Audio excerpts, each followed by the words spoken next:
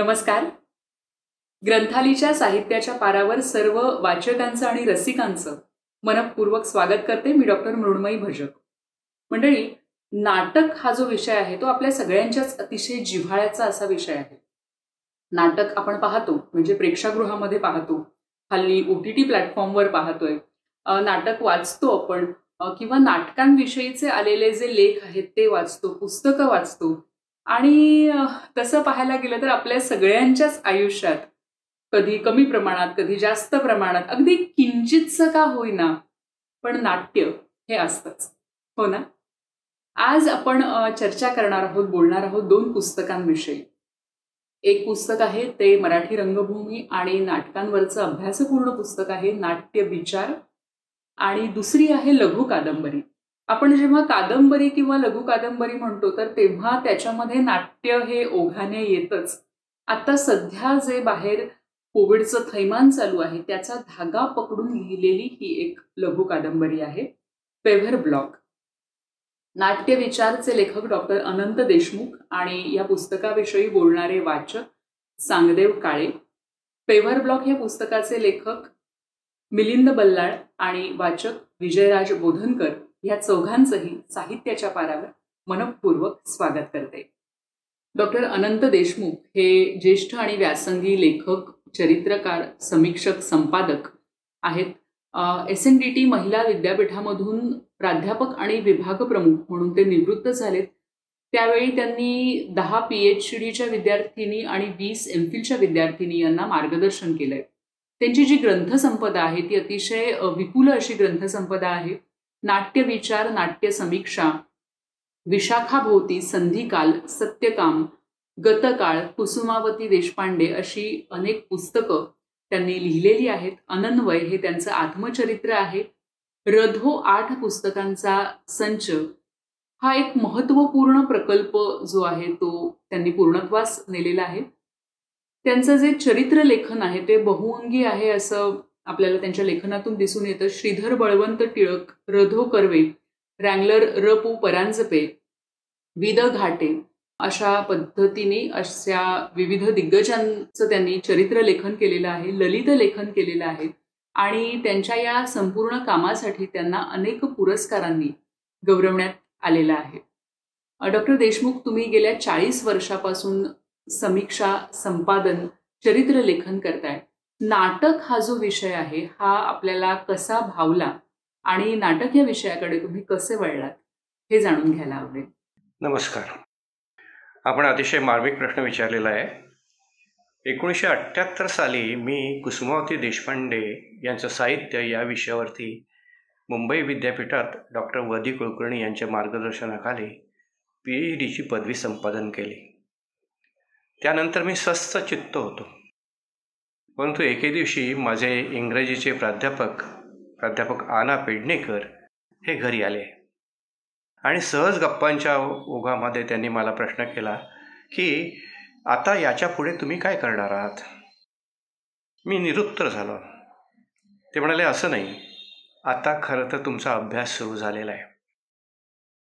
त्यांचे हे म्हणणं माझ्या मनावरती इतकं बिंबलं की मी त्या काळामध्ये वेगवेगळ्या विषयांचा शोध घेऊन आलो. 1978 साल संपलेलं होतं, 80चा सुमार होता आणि संगीत नाटक रंगभूमीचं शताब्दी वर्ष सुरू झालेलं होतं. कारण 1880 साली अण्णासाहेब किर्लोस्कर यांनी अभिनव शाकुंतलचा प्रयोग केलेला होता. तो पहिला प्रयोग होता. संगीत नाटकाची तो प्रारंभ होता. नंतर किर्लोस्कर आणि देवल हे खऱ्या अर्थाने गुरु शिष्य होते. किर्लोस्करांनी देवलांना मुद्दाम आपल्या नाटक मंडळीमध्ये बोलवलेलं होतं आणि दोघांनी संवाद लेखनाचं, गीत लेखनाचं, दिग्दर्शनाचं उत्तम अशा प्रकारचं ज्ञान होतं.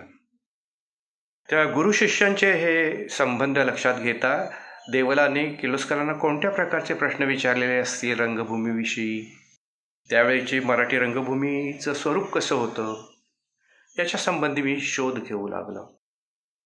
आणि हळूहळू मग मराठी रंगभूमीचा मूलारंभ कुठे झाला, पहिलं लिखित स्वरूपाचं नाटक केव्हा लिहिलं गेलं, ते कोणी केलं, त्याचं स्वरूप कसं होतं, तत्कालीन रंगभूमी कशी होती, त्यावेळी थिएटर कसं असायचं किंवा नसायचं, मग उपलब्ध साधनं कोणती होती, याचा मी शोध घेऊ लागलो. आणि मग मला या अभ्यासामध्ये विविध प्रकारचे प्रश्न पडायला लागले. आणि ते प्रश्नांची उत्तरं शोधता शोधता मराठी नाटक आणि रंगभूमीच्या प्रारंभाचा माझा बारकाईने अभ्यास झाला. आणि त्यासंबंधी मी वेळोवेळी संधी मिळत गेली तिथे लिहित गेलो. त्यातून माझ्या डोक्यामध्ये 19वे शतक आणि मराठी नाटक याच्याबद्दलचा विशिष्ट नकाशा सुरू झाला, निश्चित झाला. धन्यवाद सर. ज्येष्ठ पत्रकार मिलिंद बल्लाळ हे गेल्या 35 वर्षापासून पत्रकारितेच्या क्षेत्रात कार्यरत आहेत. ठाणे वैभव ह्या दैनिकाचे ते संपादक आहेत आणि ह्या आधी त्यांनी मराठी आणि इंग्रजी दोन्ही भाषांमध्ये पत्रकारिता केलेली आहे. पत्रकारिता करताना सामाजिक प्रश्नांची निपक्ष उकल करणे हे जे काम आहे ते त्यांनी त्यांच्या पत्रकारितेतून केलेलं आहे आणि त्यांचे वडील कैलासवासी नरेंद्र बल्लाळ यांचा वारसा ते पुढे नेत आहेत. अनेक पुरस्कारांनी त्यांना गौरविण्यात आलेलं आहे. अनेक संस्थांचे ते पदाधिकारी आहेत आणि त्यांचं जे लेखन आहे ते नर्मविनोदी उपहासात्मक देखील असतं, त्याचप्रमाणे अभ्यासपूर्ण आणि ज्याला आपण म्हणतो चिंतनशील असंही लेखन असतं. त्यांची ह्या आधीची जी दोन्ही पुस्तकं आहेत की त्यांचं जे स्तंभ लेखन होतं त्याचं संकलन केलेली अशी पुस्तकं आहेत, तलावातले चांदणे आणि पॉइंट ब्लँक. आणि अर्थातच मिलिंदजी, हा एक प्रश्न पडतो की तुम्ही ज्या पद्धतीचं लेखन करता, म्हणजे ते स्तंभ लेखन असो, अग्रलेख असो किंवा संपादकीय असो, तर कादंबरी हा जो साहित्य प्रकार आहे हा अगदी वेगळा साहित्य प्रकार आहे. तुम्हाला लघु कादंबरी लिहावीशी वाटली, तुम्ही ती लिहिली, पण ह्या मागची काय गोष्ट आहे, काय प्रेरणा आहे, ते जाणून घ्यायला आवडेल. नमस्कार. सर्वप्रथम तुमच्या प्रश्नाचं उत्तर देण्यापूर्वी मला ग्रंथालीचे विशेष आभार मानायचे. ग्रंथाली ही चळवळ मी माझ्या लहानपणापासून बघत आलेलो आहे. त्याचे एक प्रमुख विश्वस्त दिनकर गांगल हे माझ्या वडिलांचे महाराष्ट्र टाइम्समधले स्नेही होते आणि त्यामुळे ग्रंथालीबद्दल मला बरंच काही कळत होतं. आणि महाराष्ट्राच्या सांस्कृतिक चळवळीत ग्रंथालीचा फार सिंहाचा वाटा आहे असं माझं मत आहे. आणि त्या दृष्टिकोनातून आज ग्रंथाली परिवाराशी मी जोडला गेलो याचा मला खूप आनंद वाटतो. त्याबद्दल मी त्यांचे आभार मानतो. आज ग्रंथालीचं काम सुदेश इंगलासपूरकर आणि त्यांचे सर्व सहकारी हिरिरीने पुढे नेत आहेत, तर त्यांचंही मला खूप कौतुक वाटत असतं. त्यांना माझ्या शुभेच्छा आणि पुन्हा एकदा आभार. प्रश्नाचं उत्तर देण्यापूर्वी खरं म्हटलं तर आजच्या साहित्याच्या पारावर जो 50वा भाग आहे त्या पारावर आज माझ्यासोबत आमचेच ठाणेकर आणि माझे ज्येष्ठ स्नेही डॉक्टर अनंत देशमुख यांच्या पुस्तकाचंही आपण परीक्षण करतोय, आपण चर्चा करतोय. त्याचाही मला विशेष आनंद वाटतो, कारण की डॉक्टर देशमुख हे अत्यंत आदरणीय असे व्यक्तिमत्व आहे आणि त्यांच्याबरोबर मला आज हे व्यासपीठ मिळालं त्याचा मला खूप आनंद वाटत आहे. तुम्ही जो प्रश्न विचारलात की मी या कादंबरीकडे कसा वळलो, परंतु त्याबद्दल मला तुम्हाला सांगायला आवडेल की हा विषय जो मी घेतलेला आहे की परप्रांतीय आणि मुंबईचं नातं आणि एकूणच या सर्व परप्रांतीयांच्या प्रश्नामुळे किंवा त्यांच्यामुळे मुंबईकरांचे किंवा इथल्या भूमिपुत्रांचे कसे हाल झाले किंवा तशा पद्धतीची ओरड सुरू असते त्याबद्दलचा हा विषय आहे. एक संपादक म्हणून याबद्दल मी अनेकदा लिहिलेलं आहे, परंतु अग्रलेख लिहिताना शब्दांची एक मर्यादा असते आणि त्या वेळची जी परिस्थिती असते त्यात तुम्ही फार सखोल असं विवेचन करू शकत नाही. आणि ती संधी मला या लघु कादंबरीच्या निमित्ताने मिळाली. मला जे काही माझ्या 30-35 वर्षाच्या पत्रकारितेतला जो एक संचित होता, अनुभव होता, तो संपूर्णपणे मी या लघु कादंबरीत घातलेला आहे. आणि इंग्रजीत ज्याला आपण म्हणू की हा खरं म्हटलं तर विषय खूप चावून चौथा झालेला असा विषय, परप्रांतीयांचा प्रश्न जो आहे तो, परंतु त्याला एका वेगळ्या पद्धतीने आपण बघण्याची गरज आहे. आणि मला ही संधी जी आहे ही कोरोनाच्या पार्श्वभूमीवर मिळाली. त्या पार्श्वभूमीवर आपण ह्या कादंबरीकडे बघतोय. इंग्रजीत मगाशी म्हणालो तसं की एखाद्या प्रश्नाकडे बरेचदा आपल्याला रिव्हिजिट करावा लागतो, त्याच्याकडे पुन्हा बघावं लागतं. तर त्या दृष्टिकोनातनं आपण या परप्रांतीयांच्या प्रश्नाकडे रिव्हिजिट करण्याचा एक प्रयत्न मी या कादंबरीच्या निमित्ताने केलेला आहे. बल्लाळ सर, पेव्हर ब्लॉक ही जी कादंबरी आहे तर त्यामध्ये खूप वेगवेगळे सामाजिक विषय तुम्ही हाताळलेले आहेत. परप्रांतीयांचा विषय आहे, पर्यावरणाचा विषय आहे, तर याविषयी सांगा. परप्रांतीयांचा प्रश्न जो आहे हा अलीकडचा नाही आहे, हा जुना झालेला प्रश्न आहे. किंबहुना ह्याच्या भोवती बरंचसं राजकारण समाजकारण आपल्या महाराष्ट्रात फिरत आलेलं आहे. परंतु मूळ प्रश्न जो आहे तो अजूनही सुटलेला नाही आहे. तर त्याच्या अनेक कंगोरे आहेत. ते कंगोरे मी या लघु कादंबरीच्या निमित्ताने दाखवलेले आहेत. आणि त्याच्यामुळे जो काही लघु कादंबरीचा जो प्रकार आहे, जो मी हा पुस्तकाच्या माध्यमातून त्याचं नाव आपण पेव्हर ब्लॉक असं ठेवलेलं आहे, तर त्यातला जो सेंट्रल कॅरेक्टर आहे तो परप्रांतीयच दाखवलेला आहे. एक रामण्णा नावाची व्यक्ती आहे आणि त्याच्या भोवती हे संपूर्ण फिरलेलं आहे. किंबहुना रामण्णाच्या दृष्टिकोनातूनच, त्याच्या दृष्टीने आपण ह्या संपूर्ण प्रश्नाकडे बघतोय. कारण की तुम्ही आणि आम्ही जे भूमिपुत्र आपण स्वतःला समजतो त्याची जवळनं पाहणीसुद्धा केलेली आहे. ते आपण जवळनं बघितलेलं आहे, अनुभवलेलं आहे. त्याच्यावर आपण अनेकदा परिसंवादांमधनं अनेक माध्यमातून आपण तिची माहिती गोळा करत आलेलो आहोत. परंतु त्याचे काही पदरच सर्वसामान्यपणे लोकांसमोर येतात. आणि मला असं वाटतं की हा अत्यंत गुंतागुंतीचा प्रश्न आहे, की हा केवळ राजकीय प्रश्न नाही, हा सामाजिक प्रश्नसुद्धा आहे, हा आर्थिक प्रश्नसुद्धा आहे. आणि त्याच्यातनं जे काही समाज रचना जी घडत गेली आणि ज्याचे काही परिणाम झाले ते परिणामांचा उहापोह करण्याचा एक प्रयत्न या कादंबरीच्या निमित्ताने होत आहे. या कादंबरीच्या म्हणजे एकूणच त्याची जी धाटणी आहे ती मी मगाशी म्हणालो त्याप्रमाणे कोरोनाची पार्श्वभूमी जरी असली तरी तेवढाच संदर्भ आपण ठेवलेला नाही, ते निमित्त झालेलं आहे. जसं आम्ही पत्रकारितेत म्हणतो की एक जर्म तुम्हाला लागतो, न्यूज पेग लागतो. तो न्यूज पेग मला मिळाला की जेव्हा परप्रांतीय लोंढे आपण आपल्या शहरातनं बाहेर पडताना पाहिलं तेव्हा या लोंढ्यांमधला एखादा व्यक्ती या शहराकडे अतिशय संवेदनशीलपणे पाहून गेला असेल तर त्याचं काय मत आहे हे आपण जर जाणून घेतलं तर एखाद्या वेळेला आपल्याला अनेक अनुत्तरित प्रश्नांची उत्तरं मिळू शकतील. आणि ती शोधण्याचा प्रयत्न या कादंबरीतनं मी केला आहे. साहित्य कृती जेव्हा आपण म्हणतो तेव्हा आपल्या आजूबाजूला आपल्याला दिसणारे जे प्रश्न आहेत ते त्या साहित्य कृतीतून मांडले जातात, त्याची उकल करण्याचा प्रयत्न केला जातो. तसंच आपल्याला जे दिसलेलं नाहीये, म्हणजे आपला सांस्कृतिक ठेवा असेल, मराठी नाटक, मराठी रंगभूमी यांच्यासारखं एक धन असेल आपल्याकडचं, की जे आपल्याला माहिती असेलच असं नाही, तर ते देखील वाचकांपर्यंत पोहोचवण्याचं काम ही पुस्तकं करत असतात. डॉक्टर देशमुख, नाट्य विचार आणि नाट्य समीक्षा ही 2 पुस्तकं तुमची ग्रंथालीने प्रकाशित केलेली आहेत. या पुस्तकांबद्दल जाणून घ्यायला नक्कीच आवडेल. त्याचबरोबर 19व्या शतकातली जी मराठी नाटकं आहेत, मराठी रंगभूमी आहे, त्याचा गाढा अभ्यास तुमचा आहे. त्यातून काही वेगळी अशी निरीक्षणं तुम्ही केलेली आहेत. ती निरीक्षणं ही जाणून घ्यायची उत्सुकता आहे. आता हे खरं आहे की गेले जवळजवळ 40 वर्ष मी समीक्षा, संशोधन, चरित्रात्मक लेखन या विविध प्रकारांमध्ये सातत्याने लिहित गेलो आणि त्याच वेळोवेळी वेगवेगळ्या नाटकांवर देखील लेखन करीत राहिलो. मग नाटकांच्या संबंधीचे, ट्रॅजेडीच्या संबंधीचा विचार असो, बेर्टोल्ड ब्रेख्ट संबंधीचा विचार असो, किंवा 1900 ते 1950 मधील नाटकांचा धावता आढावा असो, किंवा नाटक हा प्रकार विद्यापीठीय पातळीवरती कसा शिकवायचा त्याच्या संबंधीचे माझे काही अनुभव असोत, याच्या संबंधी मी जसं लिहिलं तसं अगदी राम गणेश गडकरी यांच्यापासून गोपू देशपांडे यांच्यापर्यंत जवळजवळ 24 विविध नाटककारांच्या नाटकांवर मी लिहिलं.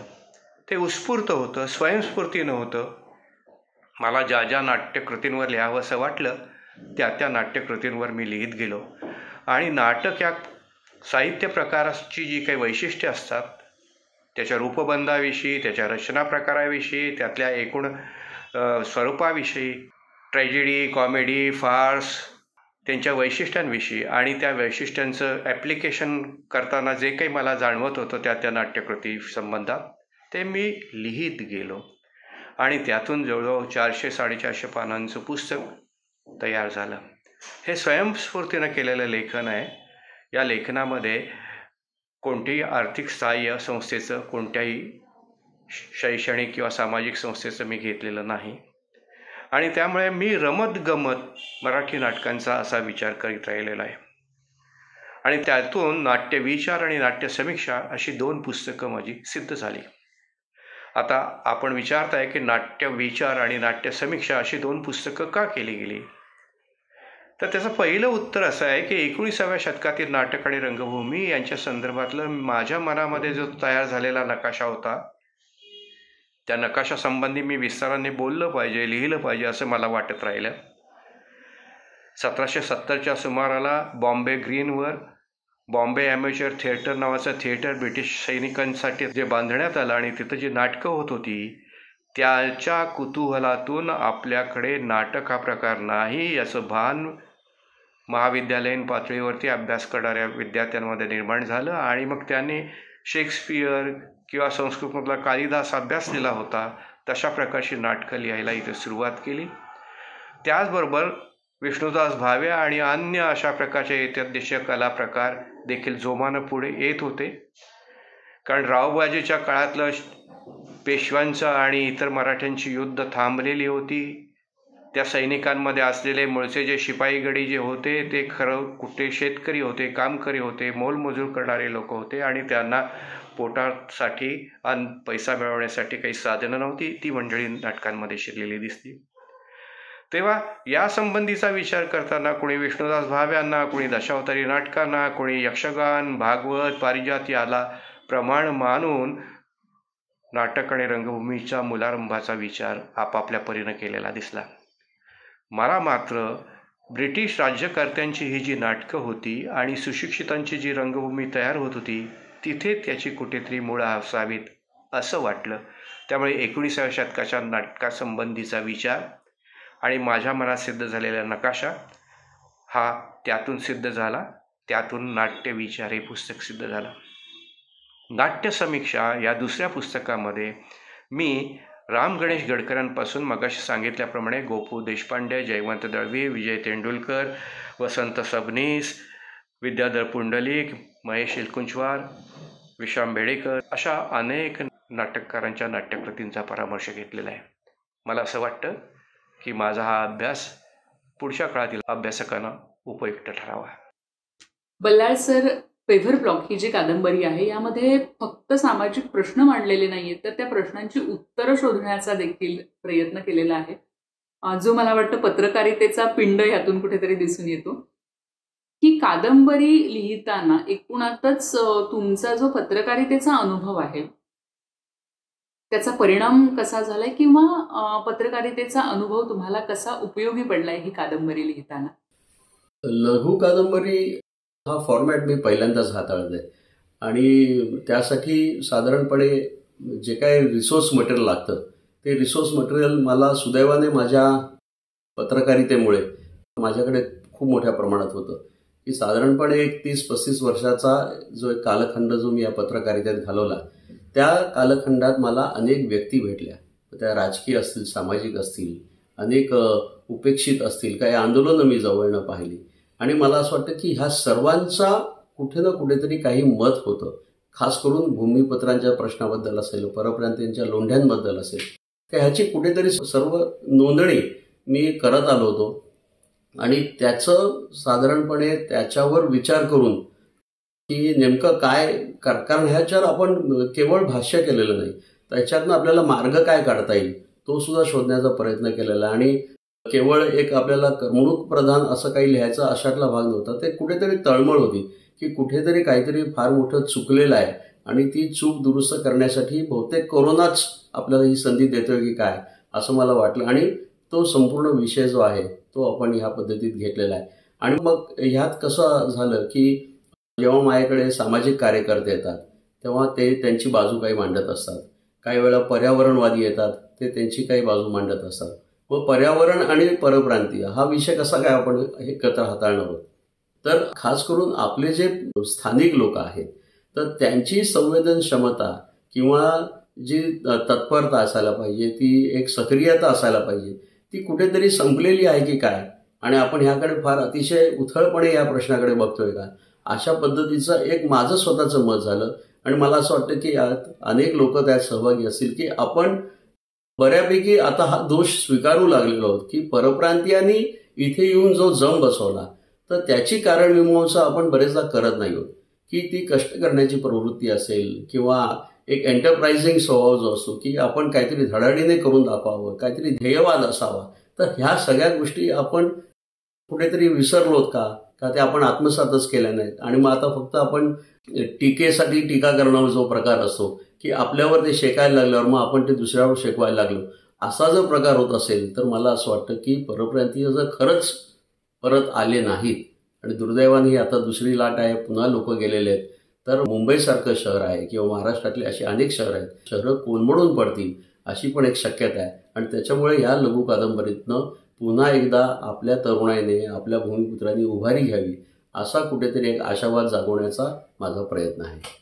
बल्लाळ सर, ही जी कादंबरी आहे पेव्हर ब्लॉक ही कोरोना काळातली आहे, तर त्याला पूर्णपणे कोरोना काळाचा एक रंग देता आला असता किंवा खरं तर राजकीय अँगल देखील देता आला असता, पण तुम्ही ही जी कादंबरी आहे ही सामाजिक आशयाची अशीच कादंबरी ठेवलेली आहे, तर त्यामागची तुमची भूमिका जाणून घ्यायला आवडेल.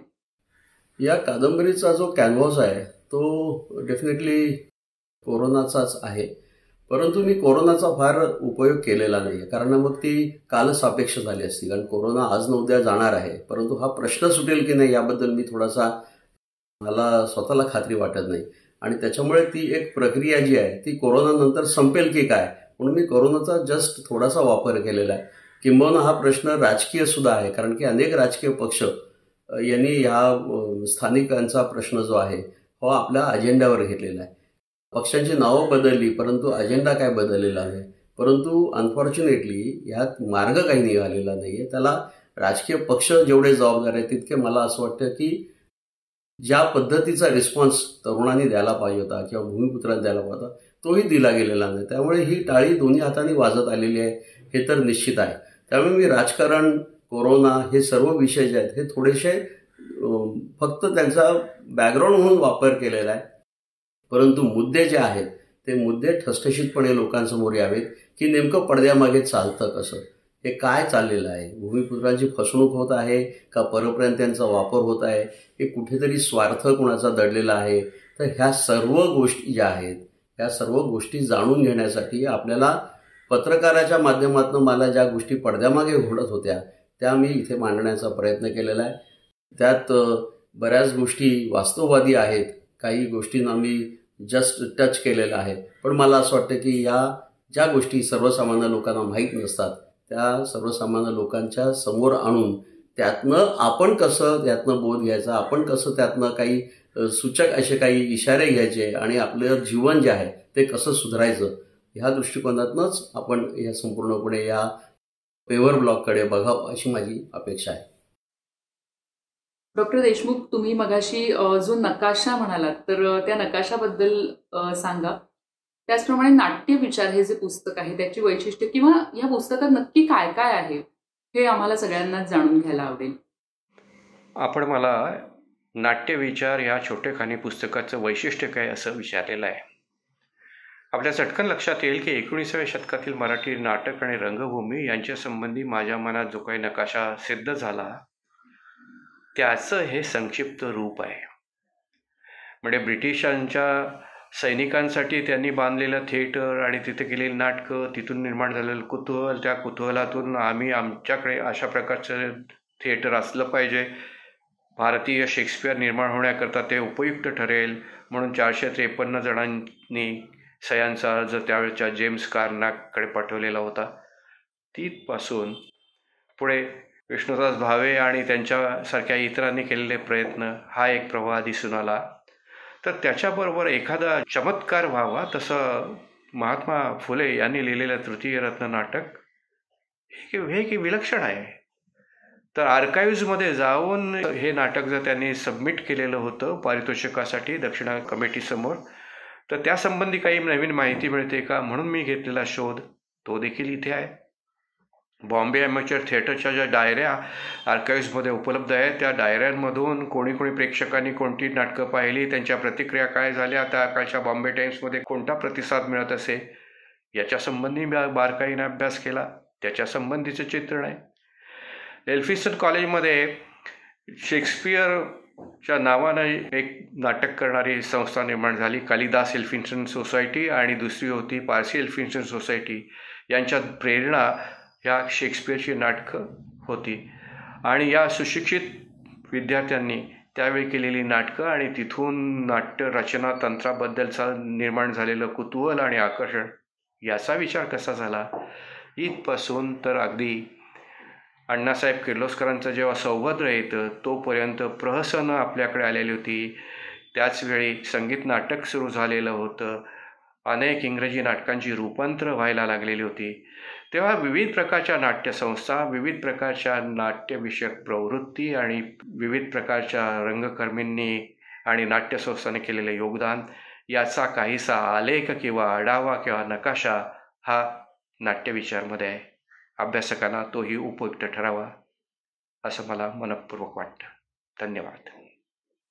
बल्लाळ सर, ही कादंबरी लिहितानाचा तुमचा अनुभव कसा होता आणि एक लेखक म्हणून तुम्हाला या कादंबरीने काय दिलं, किंवा तुमचा जो अनुभव होता कादंबरी लेखनाचा तो कसा होता? कादंबरीच्या या लिखाणामुळे माझा एक खूप मोठा फायदा झाला की दररोजची अग्रलेख लिहिण्याची जी बैठक होती ती मला बऱ्यापैकी विस्तारित करावी लागली. म्हणजे दीर्घ लेखन जे असतं आणि मग त्याच्यासाठी टिपणं काढणं असतं, म्हणजे अग्रलेख लिहिण्यासाठी सुद्धा बऱ्यापैकी आपल्याला डेटा गोळा करावा लागतो. परंतु जेव्हा अशा पद्धतीचं लिखाण असतं त्यासाठी ते कालसापेक्ष न राहता त्याला एक चिरंतन व्हॅल्यू कशी राहील या दृष्टिकोनातनं एक वेगळ्या पद्धतीने लिखाण करावं लागतं. आणि तो अनुभव मला या कादंबरीतनं मिळाला. माझ्यासाठी तो डेफिनेटली चॅलेंजिंग होता. म्हणजे रोजची एक 12 ते 14 पानं लिहिणं अग्रलेखाची आणि अशी साधारणपणे एक 125 पानं लिहिणं यात तसा खूप फरक होता. आणि तसं ते काम माझ्यासाठी आव्हानात्मक होतं. परंतु हे आव्हान मला पेलण्याची संधी पुन्हा एकदा मी उल्लेख करेन ग्रंथालयाने दिली, त्याबद्दल त्यांचा मी आभारी आहेच. परंतु त्याच्यातनं मला एक प्रेरणा नक्की मिळालेली आहे. थोडासा आत्मविश्वास पण वाढलेला आहे की आपल्या डोक्यात पत्रकार म्हणून जे आपल्यासमोर अनेक प्रसंग येतात त्या प्रत्येक प्रसंगांमधलं नाट्य, त्यामध्ये प्रसंगांमधल्या त्यांचा जो काही परिणाम असतो, इम्पॅक्ट असतो सोसायटीवर, ह्याच्यावर लिखाण करण्याची प्रचंड वाव आहे. आणि तशा पद्धतीचं लिखाण करण्याची संधी मला या कादंबरीमुळे मिळालेली आहे, तशी प्रेरणा मिळालेली आहे. त्याच्यामुळे मला कादंबरी लिहिण्याचा एक्सपिरियन्स जो आहे, अनुभव जो आहे, तो अतिशय फुलफिलिंग होता, अतिशय छान असा होता. आणि एखाद वेळेला काही जर त्रुटी राहिलेल्या असतील तर त्या पूर्णपणे एक संपादक म्हणून कादंबरी लिहिणारा पहिला प्रयत्न म्हणून तुम्ही त्याकडे दुर्लक्ष कराल अशी माझी अपेक्षा आहे. पेवर ब्लॉकच्या निमित्ताने मला अनेक नवीन लोकांशी जोडता येऊ शकेल असं मला वाटतं. त्याबद्दल मी आपल्या सर्वांचा मनपूर्वक आभारी आहे. नाट्य विचार या पुस्तकाबद्दल वाचक म्हणून सहभागी होत आहेत ज्येष्ठ लेखक कादंबरीकार चांगदेव काळे. देशमुख यांचं लेखन हे संशोधन, समीक्षा आणि चरित्र या साहित्य प्रकारामध्ये मोडणारं आहे. त्यामुळे होतं काय, त्यांच्या लेखनाला संदर्भाची एक चांगली भक्कम अशी जोड मिळते. आतापर्यंत त्यांचं जे लेखन मी वाचलेलं आहे ते बहुतेक चरित्राच्या स्वरूपात, समीक्षेच्या स्वरूपात आणि संशोधनाच्या स्वरूपातलं आहे. नाट्यविचार हे पुस्तक देखील त्याच प्रकारातील म्हणता येईल. या साहित्य प्रकारामध्ये म्हणजे आपण विशेषतः नाटक हा शब्द जेव्हा वापरतो तेव्हा रंगमंचावर जो प्रयोग सादर होतो, कलाकारांनी जी आपल्यासमोर कलाकृती सादर केलेली असते तिला आपण नाटक म्हणतो. पण तो नाटकाच्याही पलीकडे आणखी एक भाग असतो, तिला संहिता असं म्हणतात. या संहितेमध्ये लेखकाची भूमिका ही महत्त्वाची असते. परंतु लेखक जेव्हा ही संहिता लिहितो तेव्हा त्याची स्वतःची मनोवृत्ती, दृष्टिकोन हा महत्त्वाचा असतो जो त्या नाटकामध्ये येतो. परंतु ह्या नाटकामध्ये आलेली ही दृष्टिकोनाची बाजू समीक्षक जेव्हा तपासून पाहतो तेव्हा त्याला अनेक बाजू त्यामध्ये आढळतात. सौभद्र नाटकाच्या बाबतीत जर बोलायचं झालं तर सौभद्र नाटकामध्ये आलेली पदे ही लावण्यांच्या स्वरूपामध्ये असलेली जी पदं आहेत ही दोघांमध्ये साम्य आहे असं त्यांच्या एकूण निदर्शनास आलेलं आहे. तीच गोष्ट त्यांनी तृतीयरत्नाबाबत सांगितलेली आहे. संगीत स्वयंवर याबाबत त्यांनी सांगितलेलं आहे. तर त्यांचा स्वतःचा जो दृष्टिकोन आहे हा त्या प्रत्येक संहितेमागची भूमिका शोधून काढण्यामागचा आहे. त्यांनी या पुस्तकामध्ये एकूण 8 लेख दिलेले आहेत. या 8 लेखांपैकी जवळजवळ 4 लेख हे रंगभूमी आणि नाटक याविषयी आहे. म्हणजे 19व्या शतकामध्ये असलेली रंगभूमी, त्या काळात असलेले थिएटरांची अवस्था, संहिता याबाबत ते अतिशय चिकित्सकपणे या ठिकाणी माहिती देतात. ही सगळी माहिती देत असताना त्यांनी केलेलं संशोधन हे फार अचंबित करणार आहे की इतका खोलवर जाऊन एखादा विषय शोधून काढणं, त्याची माहिती देणं आणि ती सुद्धा साधार. प्रत्येक लेखाला संदर्भांच्या टिपा आहेत, संदर्भांचे ग्रंथ आहेत. त्यामुळे हे लेखन अतिशय भक्कम अशा आधारांवर उभं असलेलं आपल्याला आढळतं.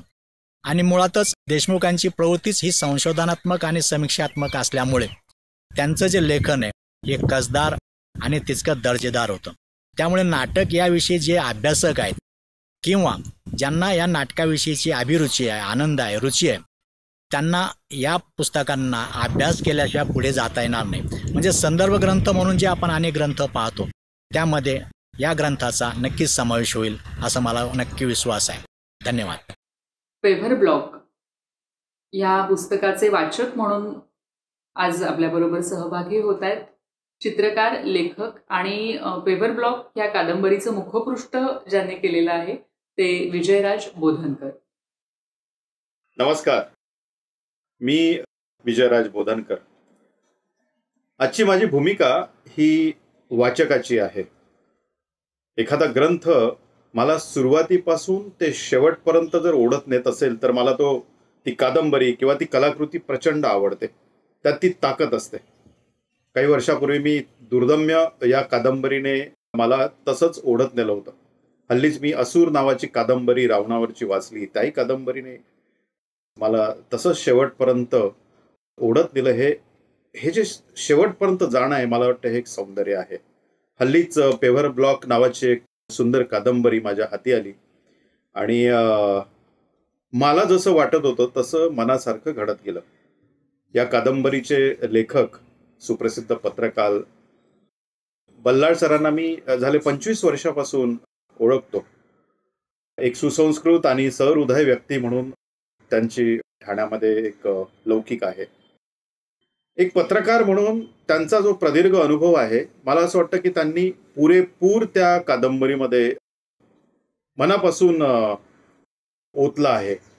आणि क्लिष्ट समाज आणि क्लिष्ट राजकारण याचं जे चित्रण त्यांनी केलेलं आहे ते मनाला विघ्न करतं, एक प्रकारचं एक समाधानही देतं. या कादंबरीतला जो नायक आहे रामण्णा, त्या रामण्णांनी मात्र माझ्या मनाचा ठाव घेतला. एका बिल्डरकडे कामाला असलेला हा रामण्णा, त्याला शिक्षणाची ओढ होती पण परिस्थितीमुळे त्याला शिकता आलं नाही आणि ते अपूर्ण राहिलेलं शिक्षण तो सतत त्याचा मागोवा त्यांनी त्या कादंबरीतला घेतलेला आहे.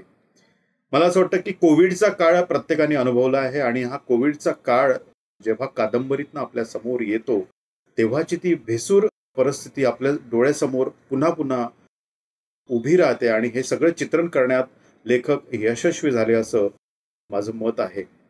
मी प्रस्तावना कधीच प्रारंभी वाचत नाही कारण कुतूहल संपतं. मी जेव्हा अभिराम भडकमकरांची ही प्रस्तावना वाचली त्यातलं जे काही एक वाक्य आहे ते मला खूप भावलं. ते म्हणाले की लेखकानं पत्रकार म्हणून ही सगळी स्थित्यंतरं अत्यंत बारकाईने टिपलेली आहे आणि मला असं वाटतं की खरोखरच पेव्हर ब्लॉक ही कादंबरी वाचकांसाठी उत्कंठा निर्माण करणारी आहे. त्यामुळे मी पेव्हर ब्लॉकचं स्वागत करतो आणि या कादंबरीचे लेखक मिलिंदजी बल्लाळ सरांना शुभेच्छा देतो आणि अभिनंदनही करतो. धन्यवाद. मंडळी, आज आपण 2 पुस्तकांविषयी बोललो, नाट्य विचार आणि पेव्हर ब्लॉक. या दोन्ही पुस्तकांचे लेखक डॉक्टर अनंत देशमुख आणि मिलिंद बल्लाळ, वाचक म्हणून सहभागी झालेले चांगदेव काळे आणि विजयराज बोधनकर, या चौघांनाही मी मनापासून धन्यवाद देते. मंडळी, आजचा जो साहित्याच्या पारावरचा भाग होता तो 50वा भाग होता हे सांगायला खूप आनंद होतोय. साहित्याच्या पारावर ह्या डिजिटल अक्षर मैफिलीने अर्धशतक गाठलेलं आहे. आमच्या संपूर्ण टीमतर्फे तुम्हा सर्व वाचकांना, रसिकांना, प्रेक्षकांना मी मनापासून धन्यवाद देते. ही दोन्ही पुस्तकं किंवा इतरही पुस्तकं जर तुम्हाला घरपोच हवी असतील तर खालील नंबरवर आपण संपर्क साधू शकता. मंडळी, सध्या बाहेरचं जे वातावरण आहे ते काहीसं भयावह आहे, अगदी विदारक आहे असं म्हटलं तरी वावगं ठरणार नाही.